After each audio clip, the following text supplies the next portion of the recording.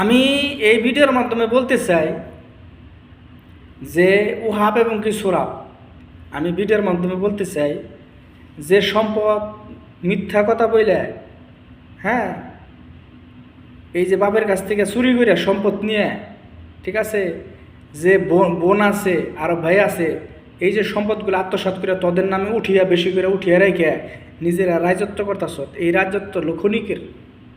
আমি মনে করি একজন মুসলিম হয়ে এই রাজত্ব হচ্ছে ক্ষণিকের।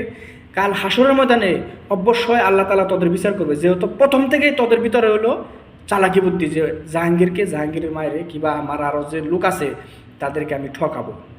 কারণ দেখেন ভিউয়ার্স কিংবা আমার দেশবাসী, সাতক্ষীরা মুঙ্গুরিবাসী যারা আছেন, আপনারা শুনবেন আমার কথাগুলো, যে এই ওহাব এবং কি সোরাব বাবা বেঁচে থাকা সত্ত্বে যে বাবার কাছ থেকে সম্পদ চুরি করে নিয়ে, ঠিক আছে, এই যে লেখে নিছে, এই একটা কারণেই নিছে যে আমি আর আমার মা যেন সম্পদের মালিক না হতে পারে।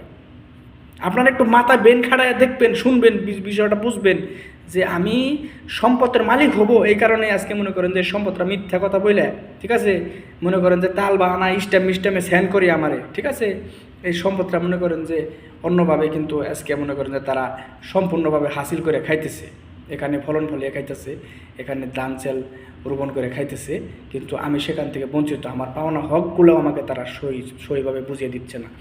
এদের ভিতরে যদি মনুষ্যত্ব বিবেক আর মনে করেন যে মাইন্ডে একটু আল্লাহ একটু জ্ঞান দিত, ঠিক আছে, তাহলে এরা বুঝতো যে না রে, তো বাপের জন্ম দিয়েছে, আমারও বাপের জন্ম দিয়েছে, তাহলে আমি তো বউ পোলাপান নিয়ে সুন্দরভাবে খাইতেছি, তাহলে এই যে এই এর হকটা আমি দেই না কেন? একটা কথা মনে রাখো আফসোরাব, আল্লাহ ছাড় দেয়, কখনো ছেড়ে দেয় না, ঠিক আছে। মানুষের ক্ষমতা হলো ক্ষণিকের। এই যে দেখ, মনে কর যে শেখ হাসিনা 17 বছর রাজত্ব করছে দেশে, ঠিক আছে, শেখ হাসিনার আউট করে দিছে। মনে কর এই ওহাব এবং কি সোরাব, তোদেরকে আমি বলতে চাই যে আল্লাহ তাআলা তোদেরকেও কোনো একদিন আউট করে দিবে। একটা কথা মনে রাখ, এই সম্পদ ক্ষণিকের জন্য, সম্পদ কারো চিরস্থায়ী না, ঠিক আছে। আমার মায়ের সম্পদ যে আমি বিক্রি করে এত কষ্ট করে এই বিদেশে পাড়ি জমাইছি, ঠিক আছে, এটা আমার সারা জীবন মনে থাকবো। আমার জীবন থেকে যে জিনিসগুলো হারিয়ে গেছে, এই জিনিসগুলো আমি সারা জীবন আমার মন থাকবো। আমি সারা জীবন আমি বলতে পারবো না আমি যে জিনিসগুলো হারিয়ে এই এত দূর এই পর্যন্ত পৌঁছেছি, ঠিক আছে। তো আমি সেখানে আমার বাবার সম্পদ এত থাকতেও আমি সার্বিক সহযোগিতা পাই নাই। আর নাপিতের বাচ্চারা, হারামখোরের বাচ্চারা, তোরা যদি একটা কিছু করবার চাস, বাপের সম্পদ থেকে আমি যেখানে অংশ পাইতাম, আমি যেখানে আমার হক আমি পাইতাম, সেই হকের থেকে তোরা কী করছত, জাগা তোরা কী করছত, ব্যাংকে লোন করে এই করে সেই করে নানান প্রতিষ্ঠান খাড়া করছত আমাকে বঞ্চিত রেখে, ঠিক আছে। আল্লাহ তোদেরকে ধরবে। একটা কথা মনে রাখছে, আল্লাহ তোদেরকে ছাড়বে না। আল্লাহ ছাড় দেয়, কখনো ছেড়ে দেয় না। একটা কথা মনে, আল্লাহ যদি সত্য থাকে, আল্লাহ তো সত্য, ঠিক আছে, আল্লাহ তোদেরকে ছাড়বে না। একটা কথা মনে রাখিস, হ্যাঁ।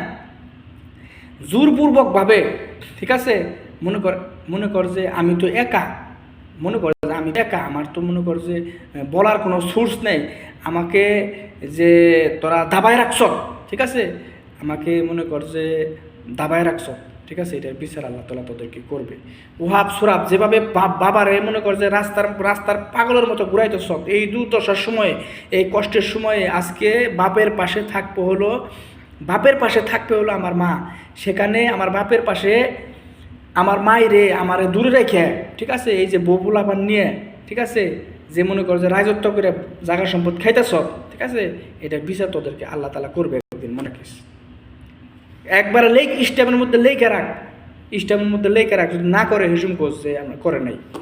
আমার হিসাব তোরা বুঝিয়ে দিলি না কে? তোরা তো সুন্দরভাবে ঘরে দানে ভাত খাইতেছ, শরম করে না? নাকের তলতেছে দেশ, শরম করে না? তবু তো শরম করা উচিত। তোরা যদি মানুষ কথা কস, শরম করা তো উচিত যে একজনের হক আমি মেরে খাই, তার হিসাবটা বুঝিয়ে দিয়ে আমি খাই। আমার হিসাবটা বুঝিয়ে দাস না কে?